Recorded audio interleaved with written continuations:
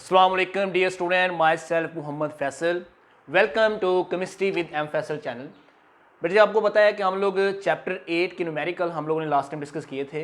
हमने एक्सरसाइज के न्यूमेरिकल किए थे, लेकिन बच्चे आप लोग बार बार कह रहे थे कि सर एग्जाम्पल्स करवा दें, एग्जाम्पल करवा दें। तो आज हम एग्जाम्पल स्टार्ट करने लगे हैं। तो वेरी इजी एग्जाम्पल्स हैं। अगर आपको एक्सरसाइज के सारे न्यूमेरिकल अच्छी तरीके से आते हैं ना, क्वेश्चन नंबर 19 से लेकर 25 तक, तो ये एग्जाम्पल आपके लिए ऐसे ही जैसे हलवा होता है। ठीक है, चलिए ट्राई करते हैं। वैसे हमारे पास एग्जाम्पल नंबर 1 जो है उसमें हमारे पास एक इक्वेशन है जिसमें 2a + b से मिल रहा है और हमारे पास क्या बना रहा है, c बना रहा है। ये कोई भी जनरल हमारे पास वो उसने बताया है। वो कहता था इनिशियल अमाउंट ऑफ रिएक्टेंट, जो हमारे पास रिएक्टेंट्स हैं उनकी इनिशियल अमाउंट जो है इन 1 dm³ हमारे पास जो सोल्यूशन है वो है 0.50 मोल ऑफ a। हमने क्या किया, जब हमने यही रिएक्शन इधर, सोल्यूशन इसका क्या है, आपने सेम ये रिएक्शन जो है आपने सोल्यूशन में लिखना है। लिख दिया आपने, कहना जो जो गिवन है वो आपने लिखते जाना है। इनिशियल कंसंट्रेशन में 0.50 मोल है किसके, ए के, आपने लिख देना है जी 0.50 मोल है किसके, ए के। फिर 0.60 मोल है बी के, तो 0.60 मोल किसके हैं जी, बी के, वो आपने लिख देने हैं। उसके बाद वो कहता है जी ये तो इनिशियल कंसंट्रेशन है, इसका मतलब ये इतनी कंसंट्रेशन में दी हुई थी जब टाइम 0 था इनिशियल कंसंट्रेशन पे, उस वक्त अभी प्रोडक्ट जो है वो बिल्कुल क्या थी, नहीं बनी थी, यानी कि 0 थी। अब वो कहता है जी रिएक्शन हमारे इक्विलिब्रियम तक पहुंच गया है। अब एट इक्विलिब्रियम में क्या होगा, अमाउंट बार क्या होगी 0.20 मोल किसके हैं, ए के। इक्विलिब्रियम के जब टाइम इक्विलिब्रियम तक पहुंचा उस वक्त क्या हुआ, 0.20 मोल है किसके, ए के, 0.45 मोल है किसके, बी के, और 0.15 मोल किसके हैं, सी के। सारी उसने कंसंट्रेशन आपको बना दी है, हलवा पका पकाया दे दिया। आपने बस क्या करना है, चम्मच डाल के उसको खाना है। उसके लिए क्या जी, आपको पता है के सी निकालना है, इक्विलिब्रियम कांस्टेंट निकालना है। तो आप सिंपल क्या करेंगे, इक्विलिब्रियम कांस्टेंट का फार्मूला लिखेंगे, प्रोडक्ट की कंसंट्रेशन ओवर रिएक्टेंट की कंसंट्रेशन। प्रोडक्ट की कंसंट्रेशन ये सी है तो सी की कंसंट्रेशन ये ए है तो ए हमारे पास आ जाएगा, और उसका जो मोल्स है उसका कोएफिशिएंट बन जाएगा, और कंसंट्रेशन बी हमारे पास ऐसे ही आ जाएगा। अब इनकी वैल्यूज जो है वो इधर पुट कर दें। आप लोगों के पास C की जो वैल्यू है वो 0.15 है, वो आपने 0.15 लिख दिया।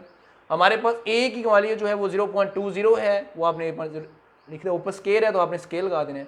0.45 वैल्यू B की है तो आपने 0.45 लिखना है और B की कंसंट्रेशन लिख देनी है। अब आपके पास calculator which is a space instrument, ठीक है।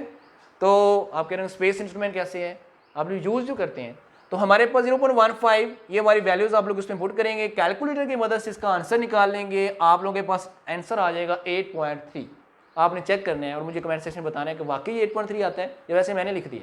तो ये बच्चे थी आपकी एग्जाम्पल नंबर 1। सिंपली वैल्यूज दी हुई हैं, आपने इसमें पुट करनी है और आंसर निकालनी है। सेम इस तरह हम एग्जाम्पल नंबर 2 सॉल्व करते हैं जी। तो बच्चों नेक्स्ट वेरी इंपॉर्टेंट एग्जाम्पल है। ये ऐसे ही है जैसे सबकी फेवरेट होती है बिरयानी। जब मैं एग्जाम्पल करवाता हूँ बच्चों को तो मैं कहता हूँ ये बड़ी इंपॉर्टेंट है, तो आप लोगों ने भी इसको अच्छे तरीके से करना है। एग्जाम्पल नंबर 2, एग्जाम्पल नंबर 6 और एग्जाम्पल नंबर 7, ये बहुत अच्छे तरीके से करनी है आपने। अच्छा जी, इसकी स्टेटमेंट सिंपल सी है कि आपको पेपर वाला जो है, एग्जामिनर जो है, वो आपको किस तरह से देगा, N2 + NH2 combine to give ammonia. आपको पता है नाइट्रोजन भी एक गैस है और हाइड्रोजन भी एक गैस है, कंबाइन होते हैं और हमें क्या बनाते हैं जी, अमोनिया बना के देते हैं। ये देखें जी N2 है और H2 है, ये मिलके क्या बना रही है, अमोनिया बना रही है। रिएक्शन को थोड़ा सा अगर बैलेंस करना चाह रहे हैं तो इधर हमारे पास नाइट्रोजन 1 है, इधर नाइट्रोजन 2 है, तो आप इधर क्या लगा लें जी, 2 लगा लें। अब मसला क्या बन गया, लड़ाई किसके अंदर हो गई है, लड़ाई हो गई है जी 3 2 6 हाइड्रोजन इधर हो गई है प्रोडक्ट साइड पे और इधर 2 हैं, ये रो रही हैं। अब हम इधर भी क्या लगा देंगे, 3 लगा देंगे। अब हाइड्रोजन भी इक्वल हो गई हैं और नाइट्रोजन भी इक्वल हो गई, तो N2 और H2 मिलकर क्या बना रही है, अमोनिया बना रही है। यहां तक हमें क्लियर हो गया।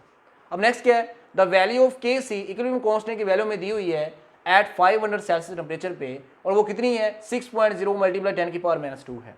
आपने क्या करना है, Kp की वैल्यू निकालनी है। सिंपल, आप लोग क्या करेंगे, आपको पता है ये इक्वेशन हमारे पास, अब सबसे पहले सोल्यूशन में इक्वेशन लिखेंगे, उसके बाद आपको पता है कि एक फार्मूला होता है the relationship between Kp and Kc, होता है Kp = KcRT की पावर क्या है हमारे पास, डेल्टा n है।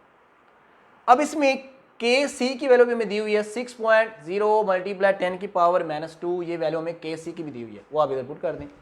उसके अलावा टेम्परेचर भी हमें दिया हुआ है 500 सेल्सियस, आपको पता है कि हम टेम्परेचर को केल्विन में पुट करते हैं, क्योंकि हमारे पास टेम्परेचर का जो एसआई यूनिट है वो भी केल्विन है, इधर वैल्यूज में हम केल्विन ही पुट करते हैं। अब हमारे पास 500 था सेल्सियस में, तो उसको केल्विन में कन्वर्ट करने के लिए हमें 273 इसमें ऐड कर देने हैं। तो ये हमारे पास 500 प्लस 273 कितना हो जाएगा, 773 केल्विन हो जाएगा। ठीक हो गया जी। अब बेटा जी आपके पास है जी के सी की वैल्यू भी पुट कर दिया आपने, इधर आ जाएगी, टेम्परेचर भी आपने बता दिया। अब डेल्टा एन क्या होता है? डेल्टा एन होता है the difference between the number of moles of product negative number of moles of reactant. अब इसमें देखिए number of moles of product कितनी है, 2 है, और number of moles of reactant कितनी है, 3 + 1 4 है। आपने 2 में से 4 निकाल देना। Number of moles of product 2, number of moles of reactant 3 + 1 4। 2 - 4 कितने आ जाएंगे, -2 आ जाएगा। ठीक है ना, क्योंकि बड़ी रकम हमारे पास ये है, इसलिए इसका साथ में इसका साइन आ जाएगा। अब ये हो गया जी, बाकी रहेगी वैल्यू आर की। आर की वैल्यू आपको ना याद होनी चाहिए, आपने चैप्टर 3 में पढ़ा था कि हमारे पास जब प्रेशर हमारे पास किस में हो, एटीएम में हो, और वॉल्यूम हमारे पास डीएम क्यूब में हो, उस वक्त आर की वैल्यू ये आती है 0.0821 डीएम क्यूब एटीएम पर मोल पर केल्विन। ये ना वैल्यू आपको याद होनी चाहिए, इसके बगैर आप लोगों का न्यूमेरिकल सॉल्व नहीं होगा। अब ये सारा जो हमारे पास वैल्यूज है ना, इसको उठाएं और इधर जाके इसमें पुट कर दें और आंसर निकालें। अब देखें वही हमने काम किया है, के पी इक्वल टू के सी आर टी की पावर क्या है हमारे पास, डेल्टा एन है। के सी कितना है जी, के सी की वैल्यू हमारे पास ये बैठी हुई है, इसको इधर से उठा के इधर लिख दें, सही है। अब आर की वैल्यू हमारे पास क्या है, ये बैठी हुई है, इसको उठा के इधर ले आए 0.0821। और इसके बाद टेम्परेचर की वैल्यू कितनी है, ये बैठी हुई है 773 केल्विन, इसको उठा के इधर ले आए। ऊपर डेल्टा एन है, इसकी वैल्यू क्या आई है, -2 आई है, इसको इधर लिख लें, सही हो गया जी। अब ये हमारे पास इसको और इसको मल्टीप्लाई करेंगे तो आंसर आएगा 63.5। अब पावर क्योंकि -2 में है, इसको हम अगर नीचे ले आएंगे तो ये क्या बन जाएगी, +2 बन जाएगी। और इतनी मैथ जानते हैं, अच्छा। तो 6.0 × 10 की पावर -2 आ गया है, और नीचे हमारे पास क्या है 63.5। इसको हमने मल्टीप्लाई किया, इसका जो आंसर आया वो 63.5 आया था, -2 था, तो हमने इसकी पावर प्लस करने के लिए इसको हम नीचे लेके आ गए। अब बेटा जी आपने simple the space instrument which is called calculator, वो आपने यूज करते हुए आपने ना इसको इसके स्केल से क्या करवा देना है, डिवाइड कर देना, और आपके पास आंसर आएगा 1.5 × 10 की पावर -4।